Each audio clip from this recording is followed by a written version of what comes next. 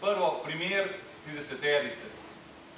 V zadnjih 2 mesecih je minister Erjavec odredil množično sklepanje pogodb, mislim, da jih je zadnje število 32, pogodb za nedoločen čas, brez izvedbe zakonsko predpisanih obveznih javnih natečajev, čeprav naj bi veljala prepoved zaposlovanja v javni upravi in zmanjševanje mase plač.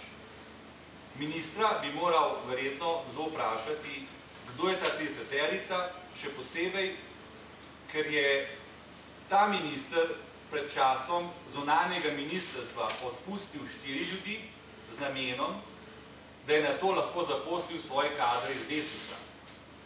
Politična trgovina in rentništvo pri Erjavcu tako rekoč nima meja. Drugi primer Kojc. Erjavec je svojega strankarskega kolega Roberta Kojca trajno premestil v ministrstvo za zunanje zadeve in ga dal že po nekaj dnevih imenovati na najvišji uradniški položaj, za vršilca dolžnosti generalnega direktorja. Kojc je kar 2-krat neuspešno opravljal preizkus strokovne usposobljenosti pred posebno natečajno komisijo, kar pomeni, da je uradno nesposoben za vodenje direktorata.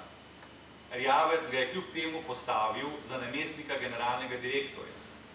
Kljub dokazani nesposobnosti, odločitev komisije je namreč potrdilo tudi sodišče, lahko v odsotnosti generalnega direktorja vodi direktorat.